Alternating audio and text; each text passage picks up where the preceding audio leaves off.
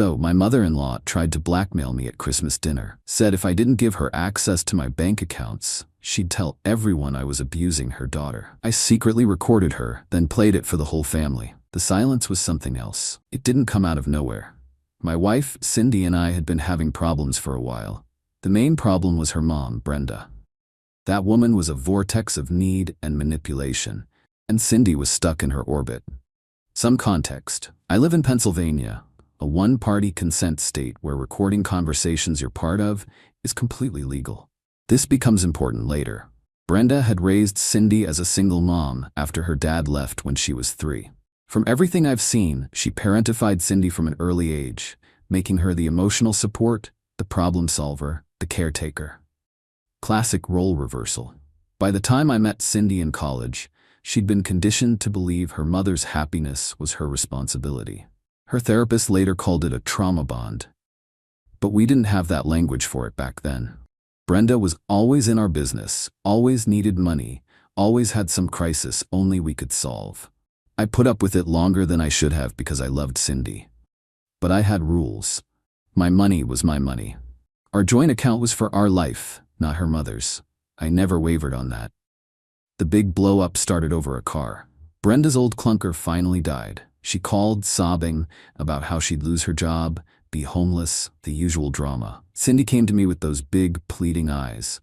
"Can't we just help her, Mark? Just this once?"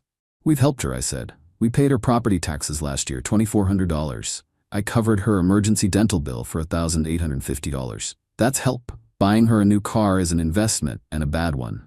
Cindy cried. She said I was being cold. I told her being smart with money isn't cold. It's how we have a stable life. She didn't speak to me for 2 days. I knew Brenda was poisoning her against me, whispering about how I was controlling, how a real man would provide. A week before Christmas, I found a withdrawal from our joint account, $3,000. When I asked Cindy about it, she looked guilty. Mom said it was just a loan for a down payment. I didn't yell. I just got very quiet. "That wasn't her money to loan. You took money from our home, from our future, without asking me." "I knew you'd say no," she shouted. "That's exactly why you should have asked," I said. I went to the bank that afternoon, moved all but a small buffer into my separate savings account, and removed her access to the line of credit. I told her it was to protect us. She called me a financial abuser. I knew that word came straight from Brenda. The tension in our house was thick. Christmas dinner was at her sister's place, and I knew it was going to be a battlefield. I decided to go anyway. I wasn't going to let them run me out. I also did something I'd never done before.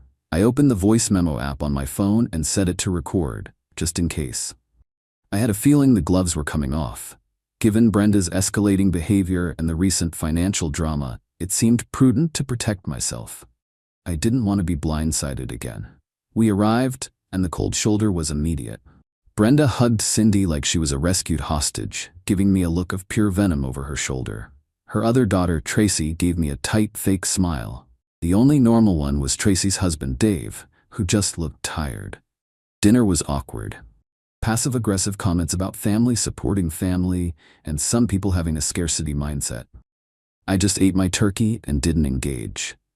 After dessert, Brenda cornered me in the hallway by the bathroom. Her sweet facade dropped completely. "We need to talk, Mark," she hissed, her voice low and vicious. "This ends now. You will add me as a signatory to your main accounts, or I will walk into that living room and tell everyone you've been hitting my daughter." I felt a cold calm wash over me. I subtly felt my phone in my pocket, making sure the record button was still active. "You're going to falsely accuse me of abuse because I won't give you my money? Cindy will back me up. She's scared of you. She'll do what I say. Your reputation will be garbage. No one will believe you. Now are you going to be reasonable?" I just looked at her.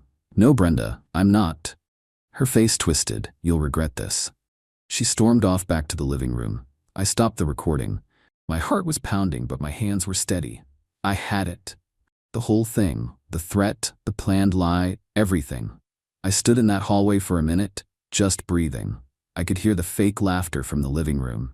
I checked my phone. The recording was there, clear as day. Her vicious whisper, the specific threat, all of it. I walked back into the living room. Everyone was scattered around. Cindy was on the couch next to her mom, looking small and upset. Brenda shot me a triumphant glare, like she'd already won. She probably thought I was coming back to negotiate. I didn't sit down. I stood near the center of the room and addressed everyone, my voice calm but loud enough to cut through the chatter. Hey everyone, before we all head off, there's something you need to hear. Brenda just had a very interesting conversation with me in the hallway. Brenda's face went pale. Mark, don't you dare. I tapped my phone screen and connected it to the Bluetooth speaker Tracy had been using for Christmas music. It's okay, I said, looking right at her. Let's all hear what you had to say. I hit play. Her voice filled the room, tinny from the phone speaker but unmistakable. You will add me as a signatory to your main accounts, or I will walk into that living room and tell everyone you've been hitting my daughter. The room froze. Tracy's mouth hung open. Dave stared at the floor, shaking his head. Cindy looked at her mother, then at me, her eyes wide with shock. The recording played on. Cindy will back me up. She's scared of you. She'll do what I say. Your reputation will be garbage. I stopped it there. The silence was absolute. You could have heard a pin drop. All eyes were locked on Brenda, who looked like a deer in headlights, her face a mask of sheer panic and fury. I looked at my wife. Cindy? Are you scared of me? Were you going to back up this lie? Cindy started crying hard. She shook her head. No, Mom, how could you say that? Brenda found her voice shrill and defensive. It's out of context. He's twisting my words. He's manipulating you all. Dave spoke up, his voice tired but firm. Brenda, there's no context where that is okay. You tried to destroy his life because he wouldn't give you money. Tracy was staring at her mother like she'd never seen her before. You were going to make Cindy say he hit her? Do you have any idea what that would have done to them? To us? The family, her own shield, was turning on her. The disgust in the room was a physical thing. Brenda stood up, sputtering, grabbing her purse. I won't be spoken to like this. Cindy, we're leaving. Cindy didn't move. She just sat on the couch, sobbing into her hands. That was the first consequence. I saw the doubt, the first crack in the foundation of their toxic alliance. I looked at Brenda. You need to leave. You are not welcome in our home, and you are not to contact me again. Any further communication about money or anything else will be considered harassment, and I will take legal action. She shot me one last, hate-filled look and stormed out, slamming the door so hard the pictures on the wall rattled. The party was over. Tracy started cleaning up, avoiding everyone's eyes. Dave gave me a silent nod of respect. I went over to Cindy. We need to go home and talk. The car ride was silent. The second we got inside our house, she exploded. Not at her mom, at me. How could you humiliate her like that, in front of everyone? She yelled. Humiliate her? I couldn't keep the anger out of my voice. She was going to falsely accuse me of a felony. She was going to make you lie about it. How are you defending her? Because she's my mother. She needs help. You just don't understand the pressure she's under. And what about the pressure on us? On me? I shot back. I saved that recording because I knew no one would believe me over her. This wasn't a game, Cindy. This was her trying to nuke our life because I wouldn't fund hers. She cried and went to the guest bedroom, slamming the door. I didn't follow her. The line had been drawn. She had to choose, and her initial reaction told me everything I needed to know. She was still choosing her mom. The next day, the fallout began. My phone buzzed with a text from an unknown number. It was Brenda's sister, my Aunt Carol. How dare you treat your family that way? After all Brenda has done for you, you need to apologize and make this right. I didn't bother arguing. I simply replied, I have a 2-minute audio recording of Brenda threatening to falsely accuse me of domestic violence to get my money. Would you like to hear it before you decide whose side you're on? There was no reply. That was the second consequence. I was using the recording as a strategic shield, shutting down her flying monkeys one by one. A few days later, the first escalation hit. I got a call from my credit card company. Someone had tried to use my card info for a $1,500 purchase at a furniture store. The billing address was Brenda's. I had canceled the card she knew about after the joint account incident, but she must have written down the number months ago. I called the police non-emergency line and filed a report for fraudulent use of a credit card. I gave them Brenda's name and address. I didn't do it to be cruel. I did it to create a paper trail. This was no longer a family dispute. It was a legal one. When an officer showed up at her door, she went nuclear. Cindy called me hysterical. "You called the cops on my mom for a misunderstanding?" "It wasn't a misunderstanding, Cindy. It was fraud. I have the police report number if you'd like to see it. This is what happens now. Every time she crosses a line, there will be a consequence. Not from me, from the world." I hung up. The third consequence was that Cindy was now stuck in the middle, watching the woman she was defending face the real-world results of her actions. I was done protecting Cindy from that reality. She needed to see it. The ball was in her court. I was prepared to play this game to the end, and I had all the evidence I needed. The police visit shook Brenda, but it didn't stop her. It just made her sneakier. A week after the fraud report, I came home to find Cindy waiting for me in the living room, her face set in a stubborn line I knew all too well. It was her "I'm not backing down" face. "Mom is being evicted," she said, not even a hello. Her landlord sold the building. She has 30 days to get out. She has nowhere to go. I put my keys down slowly. "That's unfortunate. I'm sure she'll figure something out." Cindy's composure cracked. "Figure something out? Mark, she's my mother. She can't be homeless. She needs to stay with us, just for a little while, until she finds a new place." There it was, the expected move. I looked at my wife, this woman I'd loved, and saw a stranger completely controlled by a master manipulator. I knew Brenda was behind this, using her housing crisis as a new lever to force her way back into my life, and more importantly, my finances. "No," I said, my voice flat and final. "That is not happening. She is not stepping one foot in this house." Cindy's eyes filled with angry tears.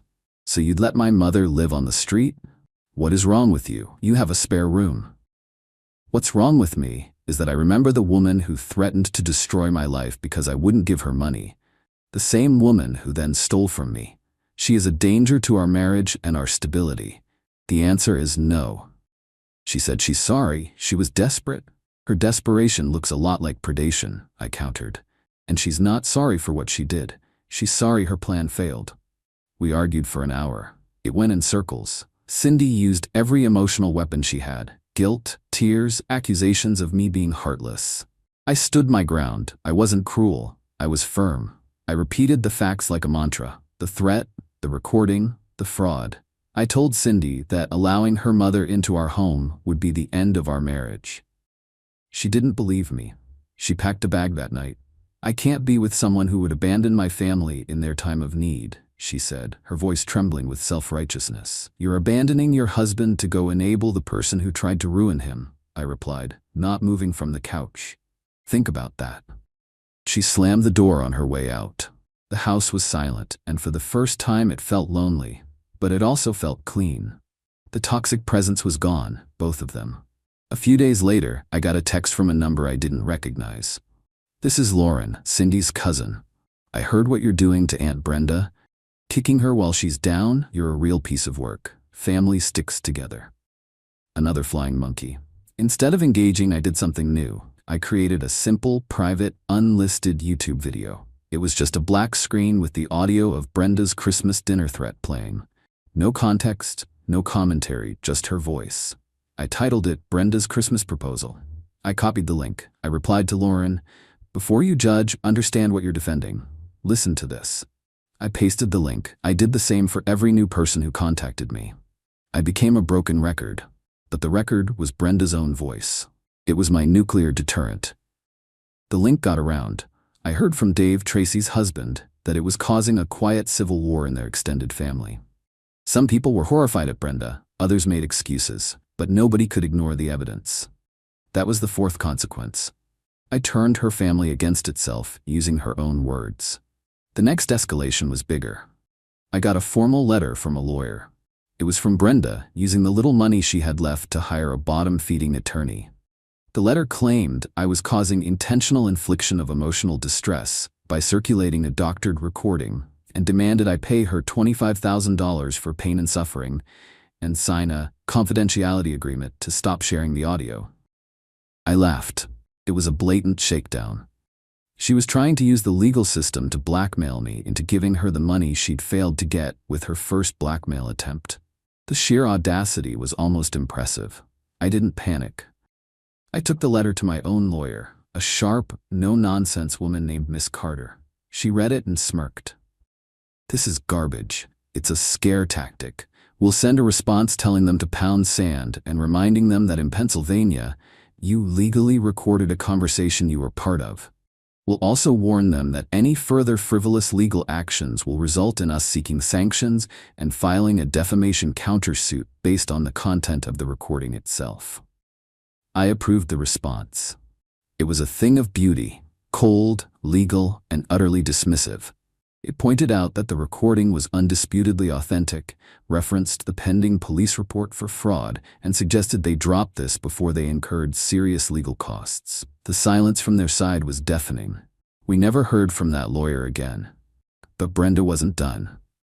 A week after the lawyer letter failed, I was at work when I got a call from my building manager.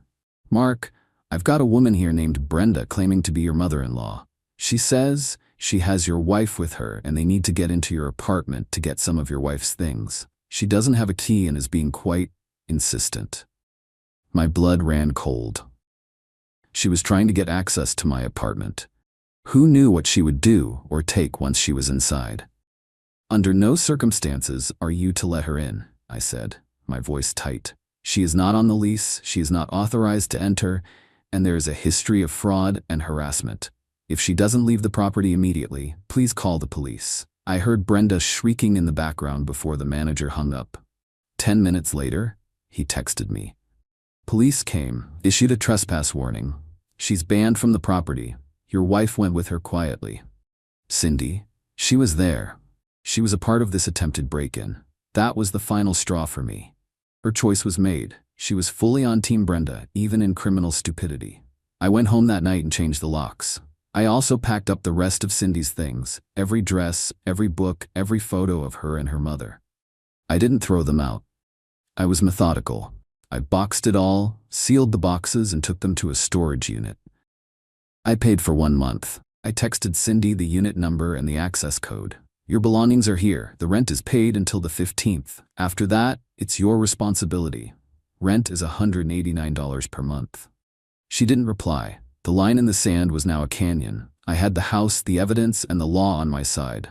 They had nothing but their own entitlement and a rapidly shrinking circle of enablers. I knew they were getting desperate. And desperate people make the biggest mistakes of all.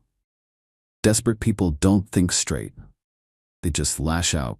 About a week after I changed the locks, I got a group text. It was from Cindy, but the wording was pure Brenda.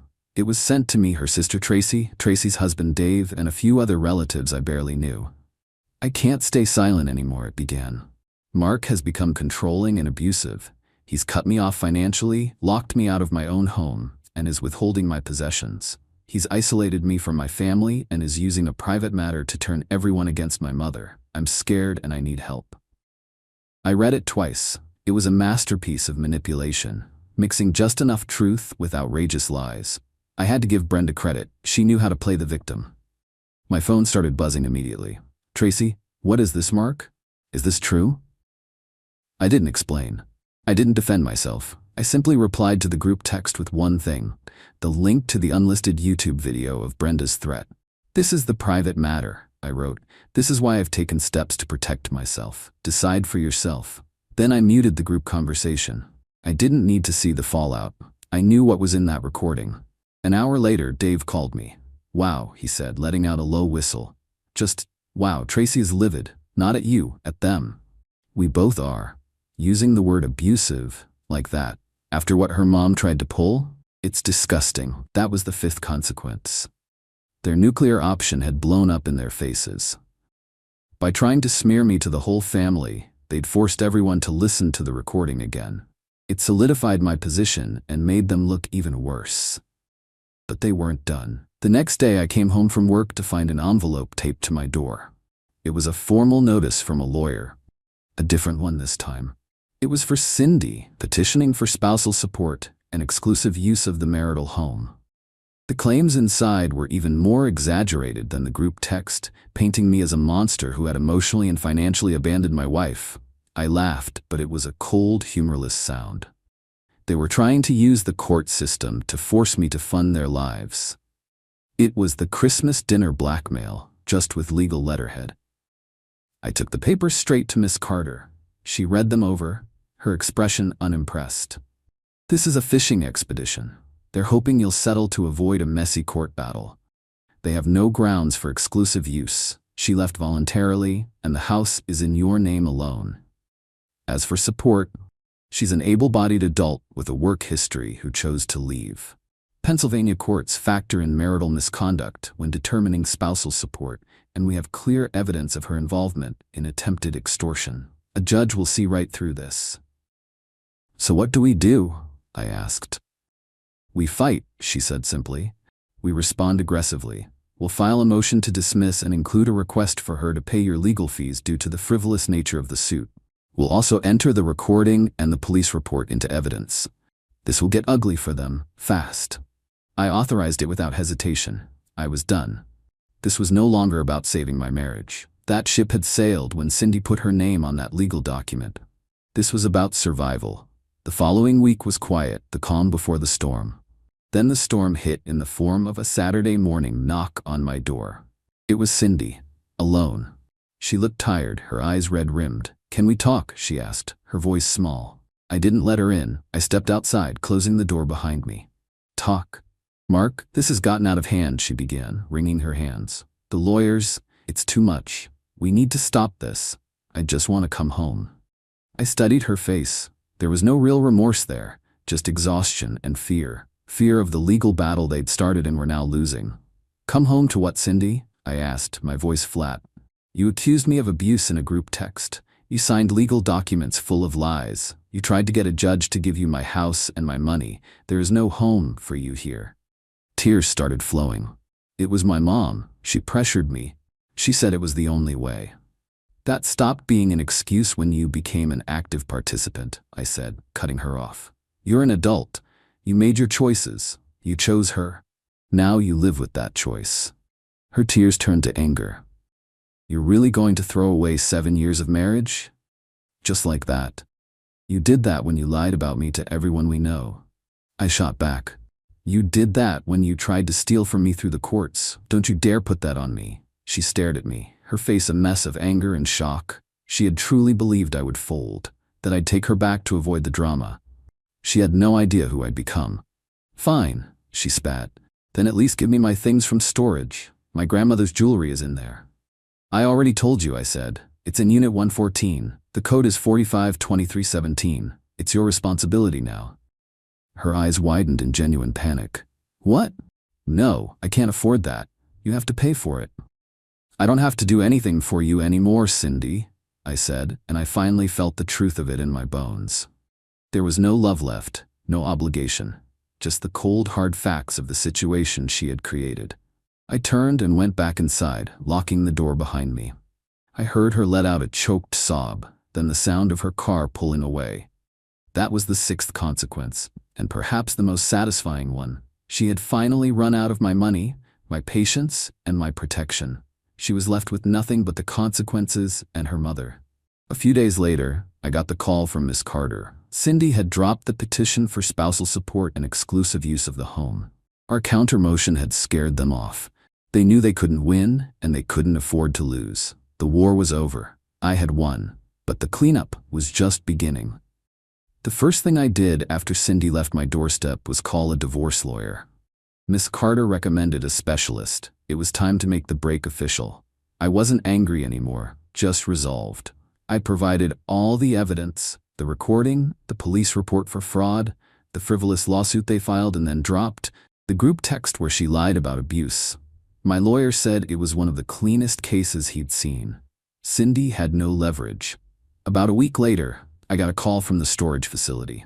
The manager said a woman named Cindy was there, hysterical, claiming I had stolen her things and changed the code. I had given her the code, but the 1-month payment had expired. I told the manager the situation, that she was my soon-to-be ex-wife, and the unit and its contents were her responsibility. He understood. She called me from a blocked number. "Mark, please," she sobbed. "They're going to auction everything. Grandma's pearls are in there. All my photos. You have to pay the bill." "I don't have to, Cindy," I said, my voice calm. "I gave you a month to handle it. You didn't. That's on you." "You're really gonna let them sell my grandmother's pearls?" Her voice was shrill with disbelief. "You did that when you decided defending a criminal was more important than your marriage," I replied. "I'm not your husband anymore. I'm not your banker. Figure it out." I hung up. It was a brutal lesson, but she needed it. I heard through Dave that Tracy ended up loaning her the money to get the stuff out of storage at the last possible minute. It caused another huge fight between the sisters. Tracy was done financing their drama. The divorce papers were served. Cindy was served at her mother's temporary address, a cramped, cheap apartment they were sharing. The petition was straightforward: dissolution based on irreconcilable differences. I didn't ask for anything from her, and I didn't offer anything beyond what the law required, which was nothing. Since we had no kids and she had voluntarily left the marital home, which was mine alone, she wasn't entitled to spousal support under Pennsylvania law. She tried to fight it at first. Her new, cheap lawyer asked for alimony and a cash settlement. My lawyer simply forwarded the file of evidence to him. The demands stopped. They signed the papers a month later. The divorce was final 60 days after that. It was quiet and anticlimactic. She got the clothes and knickknacks from the storage unit. I kept everything else: the house, my savings, my peace. As for Brenda, her consequences kept rolling in. The police investigation into the credit card fraud led to a formal charge. It was a misdemeanor, but it stuck. She got probation, a fine, and a permanent mark on her record. The eviction from her apartment went through, and with a fraud conviction, finding a new place was nearly impossible. The last I heard, she had moved in with a reluctant relative, 2 states away, her reputation in tatters. About 3 months after the divorce was final, I was at a hardware store when I saw Cindy. She was alone, looking at light fixtures. She looked older. She saw me and flinched, then seemed to steel herself and walked over. "Mark," she said, her voice quiet. "Cindy. I got a job, receptionist at a dental office." She said it like she was confessing. "Good," I said. It was all I had for her. She looked down at her hands. "I'm sorry for everything, for not listening, for what I let her do." She finally met my eyes. "I see it now. I see all of it. It's too late, I know that. But I am sorry." I nodded. I believed she was sorry, but it didn't change anything. The damage was done. "Take care of yourself, Cindy." I turned and walked away, pushing my cart down the aisle. I didn't look back. There was no anger, no satisfaction. It was just over. I went home to my quiet, clean house. I poured a whiskey and sat on my back porch. The silence was no longer lonely. It was peaceful. I had my life back, on my terms. I had drawn a line, and when they crossed it, I hadn't budged an inch. I protected what was mine. That was the only revenge that ever really mattered.